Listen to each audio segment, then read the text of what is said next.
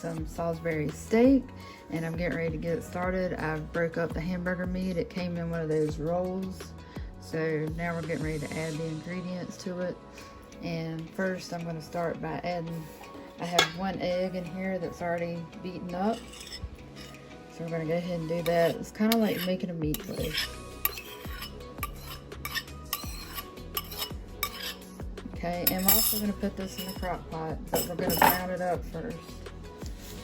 Alright, so now we are going to add some breadcrumbs.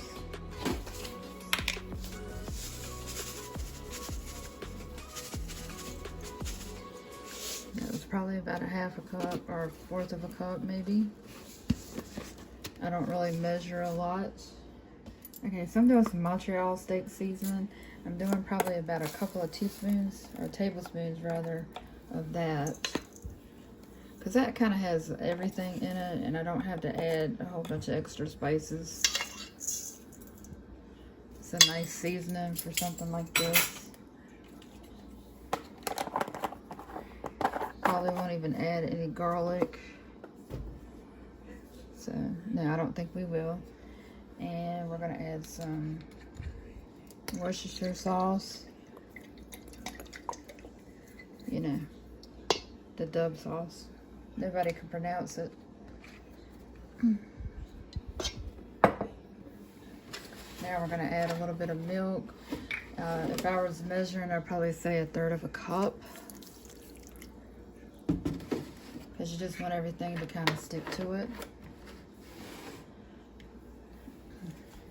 I have some Dijon mustard I'm going to add in here. That helps with flavoring as well. We're going to add in a little bit of some ketchup.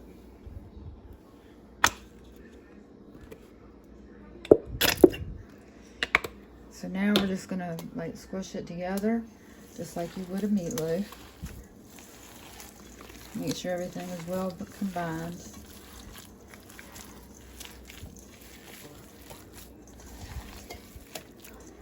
Get it all mixed in well, and then we're going to form our patties. And I am going to take it to the stove top and brown it up before we do the crock pot or slow cooker. So our generation always used to call it the crock pot, so I think nowadays they call it the slow cooker.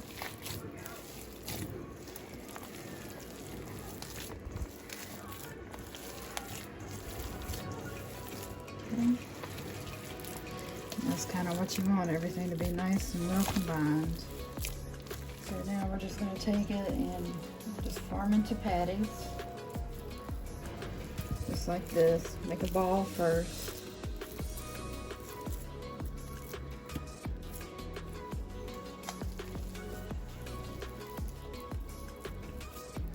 I'm going to do a smaller ball. Today I just wanted to give you my testimony instead of a Bible verse, and it's to the point. Many times in my life I have battled depression, and every time Jesus, God, has rescued me. I have PTSD, and I wanted to let you know that there is help through God. He's a mighty counselor and healer. I also encourage you to seek counseling if you are battling with this. You need every tool available. God, through praise and worship, always gave me a peace of mind, and He always was my refuge and strength. I gave myself completely to God and died out to Him. Even my family knows He is my source and my comfort and strength. I encourage you to reach out to Him and just begin to pray a simple prayer. Lord, help me.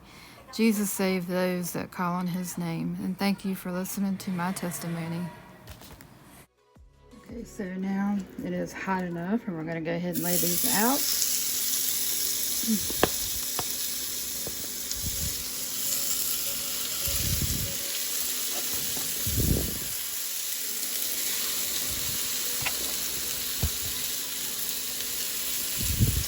And we're going to put the lid on these also, because that helps them cook a little better. Okay. I'll be back in a minute. I'm going to finish with the rest of the patties. Okay, so that's what we want. We just want to get them browned up. We're not cooking them the whole way through. We're going to put them in the crock pot. So while we're doing that, I'm going to do some onions, and I'm going to put the mushrooms in the pot so these can go in the pot. And that's it for now. So in this pot, I have some onions that I sliced right here. I sliced. And I put in some baby portobello mushrooms. And I've already got 2 hamburgers in. And I'm putting the other one. I'm letting the bigger one cook because it just feels like it needs a little more cooking time. Okay, so I have 2 cups of hot water, and I have some Better Than Bouillon beef base that I'm putting in here. Get out of there. Let that get out. And now I'm going to put in another teaspoonful of it, because it's 2 cups.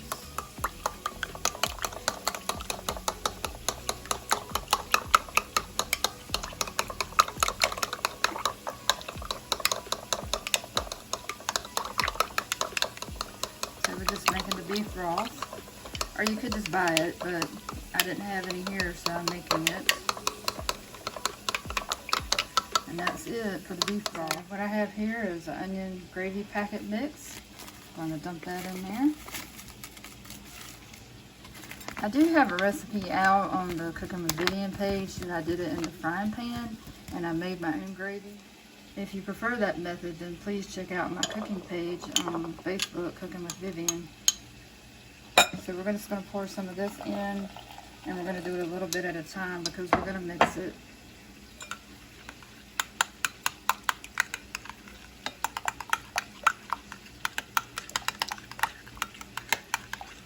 I'm going to try to get it smooth. And I am probably going to dump the rest of it in the crock pot, just so you know. But for this, we want to get this gravy kind of smooth. In the end, we're going to make a cornstarch slurry. Okay, so now we're just going to dump the rest of this broth in the bottom so it'll cook up nicely and everything will kind of come together. And it, like I said, in the end, we're going to do a cornstarch slurry. And I did forget to tell you that I did spray the crock pot with some cooking spray. So now we're just going to come down here. So now we're just going to turn it on. And I'm going to do 5 hours for now. If I need to add more time, I will. I can't always check the internal temperature. It is different for beef. I think it's 175 or maybe. I'll look it up and check and tell you what the temperature for beef is anyway. But irregardless, you want to cook it until it's no longer pink in the middle. That's how you know that the beef will be done.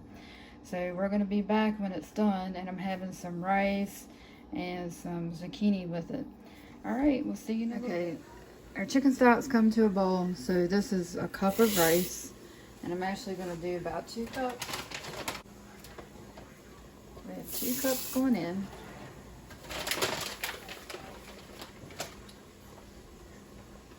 Now, I have seasonings in the bowl.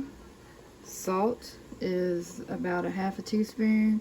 Pepper was a teaspoon. Onion powder, teaspoon. Garlic powder, tablespoon. So we're just going to dump all this in. So we're going to just get ready and stir that in real quick.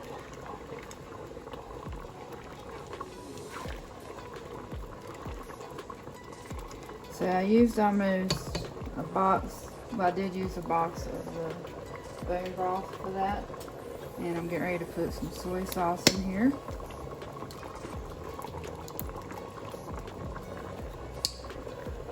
And next we're going to cook some butter. So I have less than a half a stick of butter going in.